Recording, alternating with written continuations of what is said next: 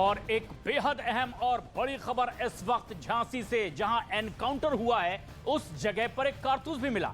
अभी तक ये साफ नहीं हो पाया है कि कारतूस पुलिस की पिस्तौल से निकला या फिर असद या गुलाम की पिस्तौल से। फिलहाल पुलिस ने मौके पर पहुंचकर कारतूस को अपने कब्जे में ले लिया है। बड़ी खबर आपको बता दें, कल एनकाउंटर के बाद एक बार फिर से पुलिस उसी स्पॉट पर पहुंची जहां असद का और गुलाम का एनकाउंटर किया गया। ये जो हम आपको अब तस्वीर दिखा रहे हैं, हम वो कारतूस भी अब आपको दिखा रहे हैं। ये देखिए, मेरठ तक। इसी बीच एक और बड़ी खबर, जो बातें कही गई जिनके द्वारा इस पूरे एनकाउंटर को तैयार किया गया, वो आज हमारे साथ जुड़े और उनकी ओर से बड़ी बातें भी न्यूज़ 18 इंडिया के मंच पर कही गई कि किस तरीके से इनका एनकाउंटर हुआ। और दूसरा एक और जो भी फरार है गुड्डू, उसको लेकर भी किस तरीके से तैयारियां हैं। पंजाब से हथियारों की इनकी सप्लाई हो रही थी, बेहद अत्याधुनिक हथियार इनके पास थे और विदेशों से ये हथियार आए हुए थे। ये बात खुद यूपी एटीएस एडीजी ने कही है और उन्होंने कहा है कि मेरठ तक सभी आरोपी साथ थे और उसके बाद आसपास भागे हैं। झांसी के पास होने की इनकी सूचना मिली थी और बड़ी प्लानिंग थी। कई अहम जानकारियां एडीजी ने दी है और साफ कहा है कि जिस तरह से इनका तरीका रहा है, एडीजी एसटीएफ ने जो न्यूज़ 18 इंडिया से एक्सक्लूसिव बातचीत में बात कही, वो ये कि इनका तौर तरीका ये रहा कि ये पुलिस महकमे को हमेशा कमजोर मानते रहे हैं और ये कहीं से भी नहीं लग रहा था टीम को कि ये कभी भी सरेंडर करने की पोजीशन में होंगे। और ऐसा ही कल भी हुआ, जब इन्होंने फायरिंग की तो जवाबी कार्रवाई में मारे गए।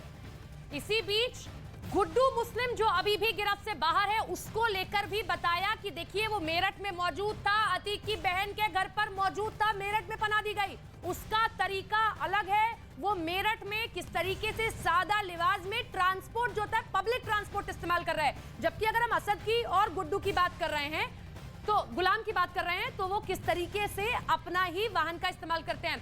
इसी बीच आपको बता दें, झांसी से जहां एनकाउंटर हुआ, वहां एक बार फिर से पुलिस पहुंची। वहां से एक कारतूस पुलिस को मिला। अभी तक ये साफ नहीं हुआ कि कारतूस पुलिस का है या फिर असद की या गुलाम की पिस्तौल से निकला। हालांकि इसकी जांच पड़ताल की जा रही है। पुलिस मौके पर पहुंच चुकी है, कारतूस को कब्जे में ले लिया गया है। इसकी पड़ताल की जा रही है कि आखिर ये किस वेपन से चलाया गया कारतूस था जो वहां पर मिला है, और अब इसकी पड़ताल हो रही है। मौके से ही मिली ये एक्सक्लूसिव तस्वीरें हमारे दर्शक इस वक्त देख रहे हैं। एफएसएल की टीम इसकी जांच पड़ताल कर रही है। एनकाउंटर जिस जगह पर हुआ है वहां से कारतूस मिला और उसके बाद अब ये पड़ताल करने की कोशिश की जा रही है कि आखिर ये किसके हथियार से निकला हुआ था, और इसकी जांच पड़ताल लगातार जारी है।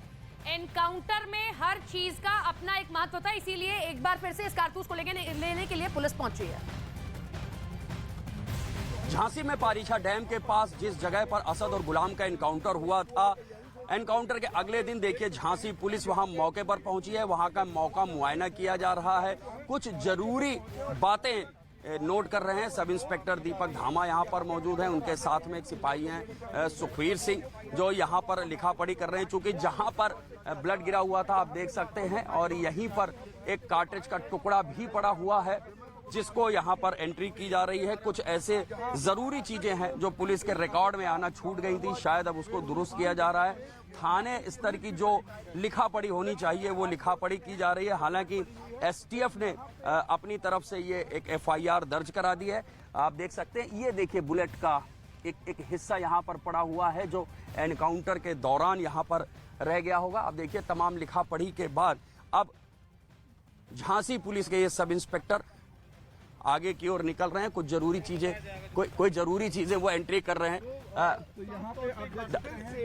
दीपक जी क्या नोट कर रहे हैं? मतलब कोई जरूरी चीज कुछ ऐसा रह गया है यहाँ पे? कुछ ऐसा रह गया?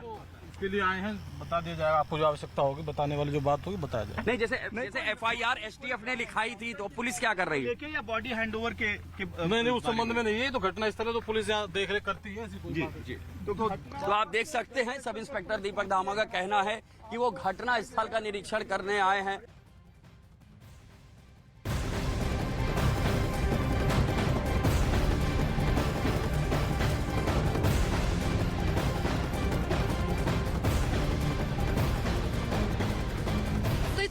एनकाउंटर वाली जगह पर ही जा रहे हैं। जो ये आप रास्ता देख रहे हैं, जहाँ पर पीछा गया था, वहां से खाली कारतूस मिला है, जो रिपोर्ट हम आपको बता रहे थे, और फिर से जांच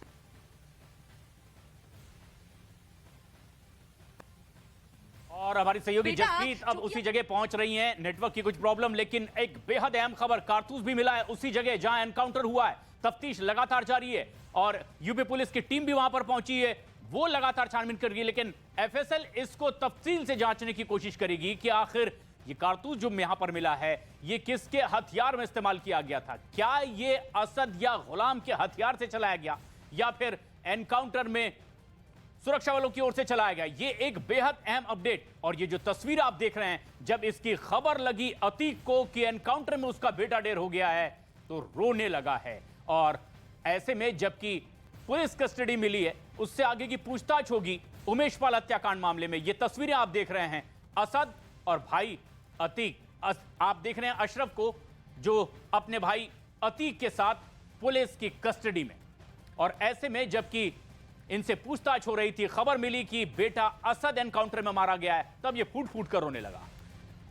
तो बड़ी खबर आपको बता रहे हैं कि देखिए एक बार फिर से जो पुलिस है वो एनकाउंटर वाली जगह पर पहुंची, क्योंकि कुछ चीजें वहां पर छूट गई थी जिसमें कारतूस बताया जा रहा है। हालांकि तफ्तीश का विषय है कि वो कारतूस पुलिस की पिस्तौल से निकला था या फिर असद या फिर गुलाम की पिस्तौल से निकला था, इस पर अभी जांच होनी है। क्योंकि एनकाउंटर में हर चीज के मुआयने होते हैं, कौन कौन सी चीजें कहां का इस्तेमाल हुई, क्या स्पॉट था, कौन कैसे गया, कहां था, इन सब चीजों को क्योंकि एफआईआर में लिखा जाता है कहां से क्या क्या बरामद हुआ, इसीलिए पुलिस वहां पर पहुंची और वो सब मिला वहां से।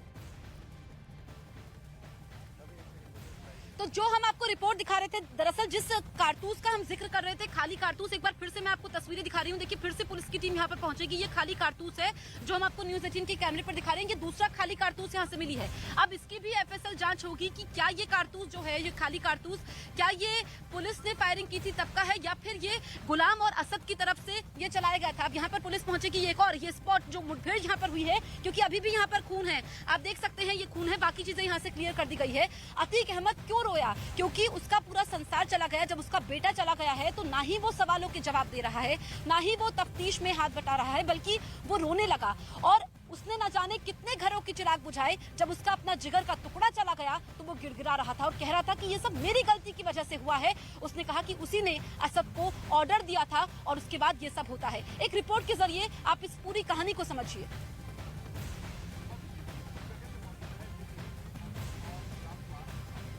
तो ये हम आपको बता रहे हैं कि अतीक क्यों रोया। दरअसल अपने काले साम्राज्य को आगे बढ़ाने वाला अतीक का उत्तराधिकारी उसका बेटा असद, जो जुर्म की दुनिया का सरगना बनना चाहता था, वो ऐसे मारा गया। लगातार लुका छुपी का खेल पिछले कई दिनों से जारी था। वो अपने पिता यानी कि अतीक अहमद को छुड़ाना चाहता था, पुलिस पर हमला करना चाहता था, लेकिन यूपी एसटीएफ ने उसे धर दबोचा। हम लोग एनकाउंटर साइट पर ही मौजूद है जहां पर वो भागता फिर रहा था, लेकिन आखिरकार मिट्टी में मिल गया।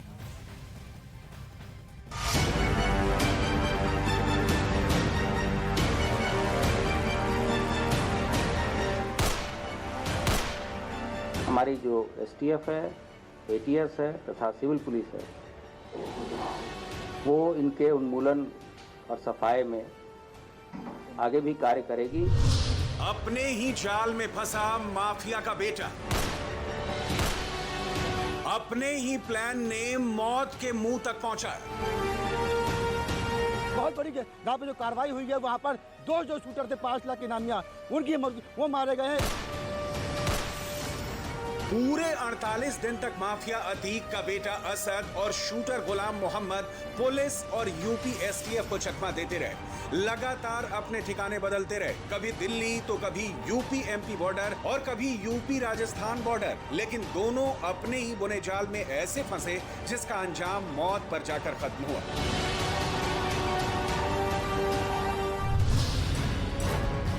पुलिस के मुताबिक असद और उसके गुर्गों ने अतीक को छुड़ाने के लिए बड़ा प्लान बनाया था। प्लान के मुताबिक गुजरात से प्रयागराज लाने के दौरान अतीक को छुड़ाने की प्लानिंग थी। इसके लिए उस पुलिस वैन पर हमले की साजिश रची गई। उस वैन पर हमले का प्लान था जिसमें पुलिस अतीक को साबरमती जेल से लेकर प्रयागराज ला रही थी। कॉन्वॉय पे हमला करके अपराधियों को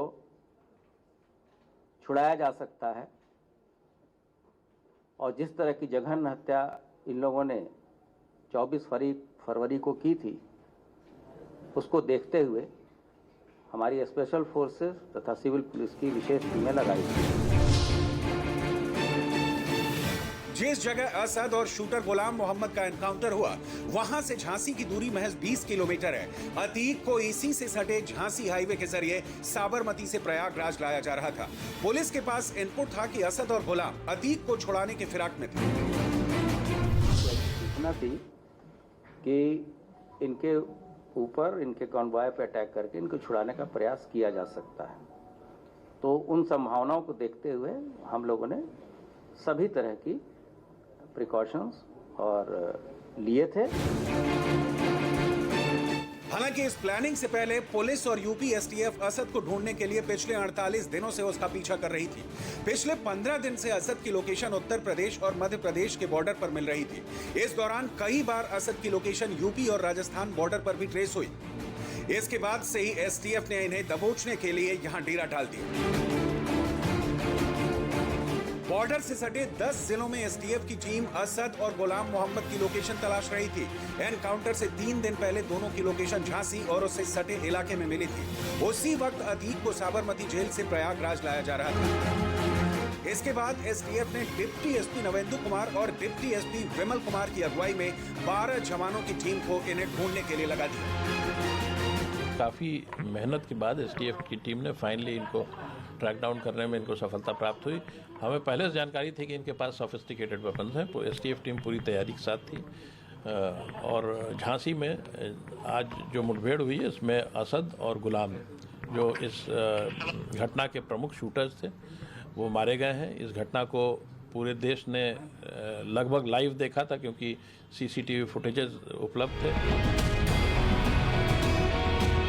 पुलिस की जांच में यह भी पता लगा कि असद भागने के दौरान पूरे 15 दिन तक दिल्ली में छिपा रहा। दिल्ली के संगम विहार इलाके का ये वही मकान है जहां असद वारदात के 3 दिन बाद पहुंचा था और पूरे 15 दिन उसने यहीं बिताए। अतीक अहमद के बेटे असद अहमद और उसके साथी गुलाम को यूपी एसटीएफ ने झांसी इलाके में मार गिराया है। ये दोनों वांटेड थे और 5 लाख के इनामी थे। लेकिन सबसे बड़ी खबर ये है कि दिल्ली के संगम विहार इलाके में 15 दिन रुका था असद अहमद। अपने साथी गुलाम जो शूटर था, इन लोगों ने उमेश पाल की हत्या की थी और उसके बाद से ही फरार हो गए थे। 24 फरवरी को होने वाली इस हत्याकांड के बाद 27 फरवरी को असद खालिद नाम के शख्स के इस घर में आया था और यहाँ पर 15 दिन रहा था और 14 मार्च को यहाँ से निकला था। यानी 15 दिन दिल्ली के संगम विहार के उस इलाके में रह रहा था। ये वो दोनों हथियार हैं जो एनकाउंटर के बाद असद और गुलाम के पास से मिले। इनमें एक है P88 की 7.63 बोर पिस्तौल और दूसरी ब्रिटिश बुलडॉग पिस्तौल। अब पुलिस को तलाश गुड्डू मुस्लिम की है जो प्रयागराज शूटआउट के केस का अहम किरदार था।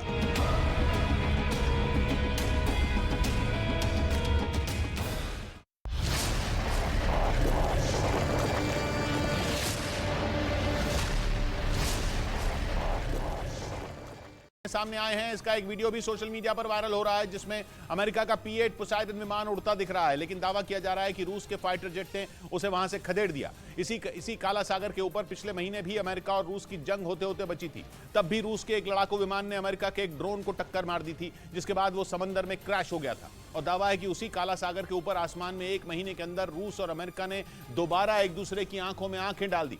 कहा जा रहा है कि रूस ने अपने पड़ोस से अमेरिका को भगा डाला और ऐसा करके पुतिन ने काला सागर में सिर्फ और सिर्फ उनके राज का दावा ठोक दिया। रूस का समर्थन करने वाले एक वेरीफाइड ट्विटर अकाउंट पर इस घटना का वीडियो शेयर किया गया। वीडियो में आसमान में अमेरिका का P-8 पोसाइडन उड़ता नजर आया। साथ किए गए ट्वीट में लिखा गया कि वीडियो काला सागर का है जहां अमेरिका का विमान रूस के रडार पर आ गया। काला सागर के ऊपर अमेरिका के एयरक्राफ्ट को उड़ता देखकर रूस का फाइटर जेट उसके पीछे उड़ पड़ा और उसने अमेरिका के जहाज को इलाके से तुरंत निकलने का अल्टीमेटम दे दिया।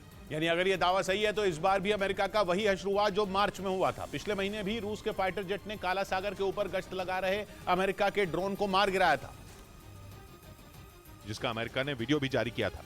वीडियो के साथ अमेरिका ने दावा किया था कि उसका MQ-9 रीपर ड्रोन काला सागर के ऊपर अंतर्राष्ट्रीय एयर स्पेस में उड़ रहा था, लेकिन रूस के सुखोई Su-27 जेट ने पहले उस पर ईंधन की बौछार की और फिर उसे टक्कर ही मार दी।